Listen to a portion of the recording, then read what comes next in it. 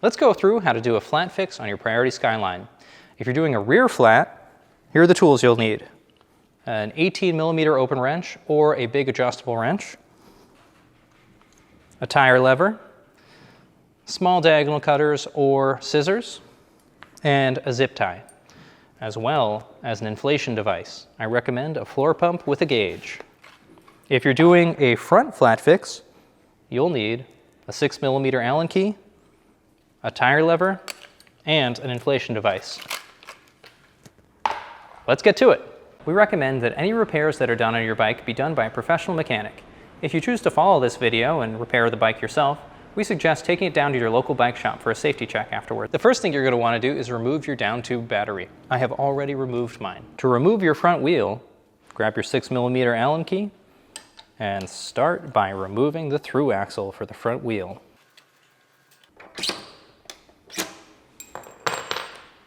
I suggest kicking up the kickstand right now and then lifting the front end of the bike with one hand and removing the wheel with your other hand. Then you can rest the bike on the fork. Now go ahead and follow the next instructions for the flat repair. Start by removing these axle nut covers. You should just be able to pop these off by hand, but you can also pry them off if you need to. So there's one on each side. Then grab your wrench and loosen the axle nuts. You don't have to take them all the way off.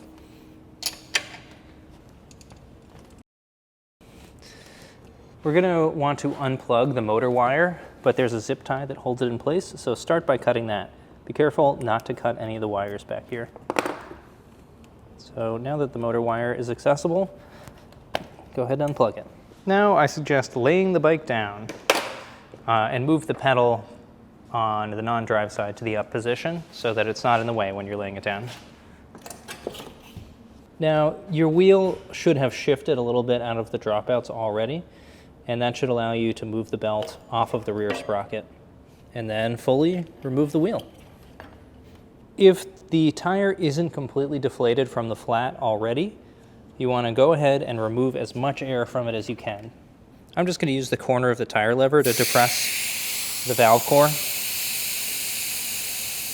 Removing as much air as possible allows the tire to be a little bit more flexible and easier to manipulate to get off the rim.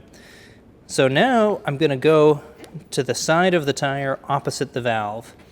And this is kind of the tricky part of the flat fix for a lot of people, and that is unseating the bead of the tire from the rim. So I think the best technique for doing this is with the tire fully deflated like this, to grab the wheel and tire with both hands and focus the energy of both of your thumbs into one spot on the bead. And that should allow you to unseat it. And once you're able to unseat one section, then you want to work your way all the way around the tire and make sure the whole bead on that side is unseated, and then do the same thing on the other side.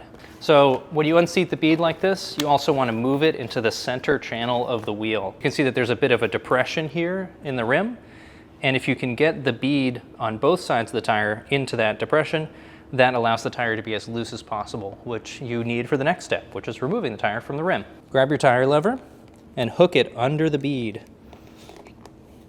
You only want to do one bead at a time when you're doing this, so you don't want to hook both sides. Use one hand to hold the part of the bead that you've already pulled over, and the other hand to pull the tire lever or push it, depending on which way is easier. And go ahead, take the whole bead of that tire off the rim. Now you can remove your punctured tube. Go around, find the valve, and remove the valve from the rim. At this point, you want to figure out the cause of the flat, because if there's still something stuck in your tire and you put a new tube in there, it's just going to go flat again. So with the old tube, one trick to find this cause of the flat is to take the old tube and pump it up a bit. Just enough so that it starts to go beyond just taking its shape and there's some pressure in there. And that's enough usually for air to start hissing out of whatever puncture. If it's a really small puncture, you might need to really feel around. An old mechanic trick is to use your cheek, since it's a bit more sensitive than your hands, to find that spot. And if you're not able to find anything, you can also fill up a bathtub or a sink and put the tube in it to see where the bubbles are coming out.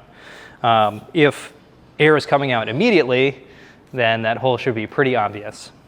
So if it's a hole on the outside of the tube, on this side, opposite the valve, then there's likely something that punctured your tire and punctured the tube. So the next step will be to check your tire. If there's a hole on the inside of the tube, on the same side as the valve, then there's likely an issue with your rim strip, which is the part that protects your tube from the rim on the underside. Or you got a pinch flat, which is there wasn't quite enough air in the tire sometimes, or you just hit a really significant bump that fully compressed the tire and the tube against the rim, causing a puncture. So if it is that instance where there's a hole on the outside of the tube, here's how to go through and check your tire for any debris stuck in it. I like to go through with my hand on the underside of the tire and simultaneously visually inspect the outside of the tire. So just feeling underneath. You might want to do this with gloves too if you're concerned about cutting yourself in anything sharp. But usually if it's something really substantial, you'll see it before you cut your hand on it.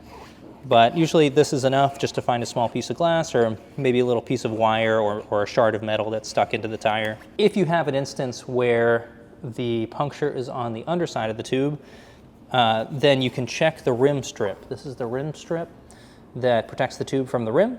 So you want to go through and check that to see if there's any folds in it or any areas where it may have slipped out of place, allowing the tube to get caught on a sharp part of the rim. So that can look like this, where the rim strip has just shifted over and the tube can puncture on the spoke holes here. So all you have to do is really just shift that back over. Or you can go to a bike shop and pick up a little bit more durable rim tape. Really, the rim tape just has to protect the tube from the valve holes, but ideally it's nice and centered in the rim and sits nice and flat with no folds. The left or the non-drive side of the wheel has the disc brake rotor, and the tire has a tread with basically arrow-shaped treads that point forwards. So when you're ready to install the tire, you can just pick up the rim and drop it right onto the bead.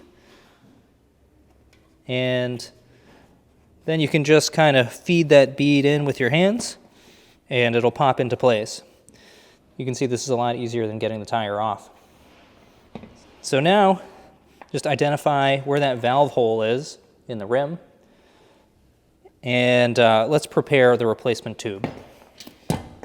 So grab your replacement tube and pump just enough air in it so that it starts to take the shape of the tire. Then find that valve hole in the rim and the valve on the tube, and insert the valve into the hole. Now pull the other bead of the tire that you haven't yet seated in the rim over the edge of the tube at the valve, and then just start working that tube into the tire. Go ahead, I like to flip this around so that the valve is at the bottom. And I'm just moving the tire so that the tube is sitting on top of the rim, so that it's seated where the tube is basically going to end up. And now I'm going to start opposite the valve and just start feeding the bead of the tire back into place over the rim. You might need to let a little bit of air out of the tube if it's resisting a bit. You don't want it to be completely deflated, but you don't want it to be overinflated to resist the tire going on. Once you've gotten most of the bead in, you'll get to a point where it starts to get tight. And this is the point where you are going to have to use a technique to work the tire a bit to get the bead loose enough to finish it off. And that technique is usually just pushing with your thumbs and working the tire in. And you might have to go down towards the bottom of the tire again, just to get it loose enough to finish it off. And then you just push that valve in a little bit to make sure that the tube is sitting above the rim. You can inflate it on or off the bike. I like to do it off the bike just in case we have an issue and need to replace it again. And double check the tire pressure range on your tire. On the stock Metro Pass tires, it's a 35 to 65 PSI range. I suggest doing the higher end of that range since this is a heavier bike. As you're inflating your tire, keep an eye on the bead and just make sure that it all is seating. As you're getting up towards correct pressure, hopefully your bead equally seats and pops into place. You might hear some snapping sounds as it gets into the correct position.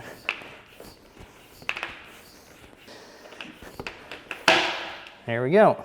If you find that the bead isn't evenly seated all the way around the tire, even once you've reached maximum PSI, you might have to overinflate the tire. I wouldn't go overboard with this because it can damage the tire, but you can put a little bit of soap or bike polish on the bead of the tire, and that'll help it pop into place with less pressure. Or you can use your hands. So as you're going to reinstall the wheel, there is a particular order that these washers have to be in. On the drive side, this toothed washer is going to be on the inside, and then you have a flat washer and the axle nut on the outside. On the non-drive side, there's a small flat washer on the inside, and then you have a toothed washer and a flat washer on the outside along with the axle nut. All right, we're ready to slide this back into place. So we're gonna get it close, and then we'll flip the bike up to finish it off. But go ahead and loop the belt into place on the sprocket. Now this is a bit tricky to do, but if you can get the wheel up into the dropouts like that with the bike on the ground, then you're doing great. Now go ahead and right the bike. Double check that your washers are in the correct position here. If you're like me and you ended up with a washer here on the outside of the dropout that's supposed to be on the inside, you might have to pick your wheel up again, slide that washer, and then reinstall. And you want to make sure that you're keeping an eye on the rotor and that the rotor is going into position in the caliper. It should be fitting in between these brake pads here. If it's giving you a hard time, just ease it in there and you should be good to go. Now with a little weight on the bike, snug up those axle nuts by hand, and then go in with your wrench and tighten them up. These should be about 40 Newton meters for those of you with torque wrench. Otherwise, tight enough so that the tool leaves an imprint in the palm of your hand. Make sure to do that on both sides. Then you can put these axle nut covers back on. Now let's go through reattaching the motor wire. Grab your motor wire, both sides of the connector here. They have arrows on them. Those arrows need to align. Do not install this without the arrows aligning. Go ahead and hook that up. Then you can kind of lift these up a bit to get them into position under this cable guide. Run the zip tie through it. Snug that up, doesn't need to be super tight. And then flush cut the excess for a good look. Now to reinstall your front wheel, pick up the front end of the bike with one hand and the wheel with the other. Just make sure you're keeping an eye on the disc brake rotor. And you want to put that rotor right in between the brake pads in the front brake caliper. Now go ahead and reinstall the front through axle. If it doesn't go in right away, you just might have to lift up the front end of the bike slightly so that the front wheel gets in the correct position. Now go ahead and use that 6mm Allen key to thread it in. Recommended torque for this is 8 to 10 Newton meters, or good and snug. Now that you followed this repair video, please note that we suggest having the bike checked by a professional mechanic at a bike shop if you do any work on your bike. Otherwise, if you have any other questions, please reach out. Our customer service team is happy to help, and we're available 7 days a week. The contact information is on your screen.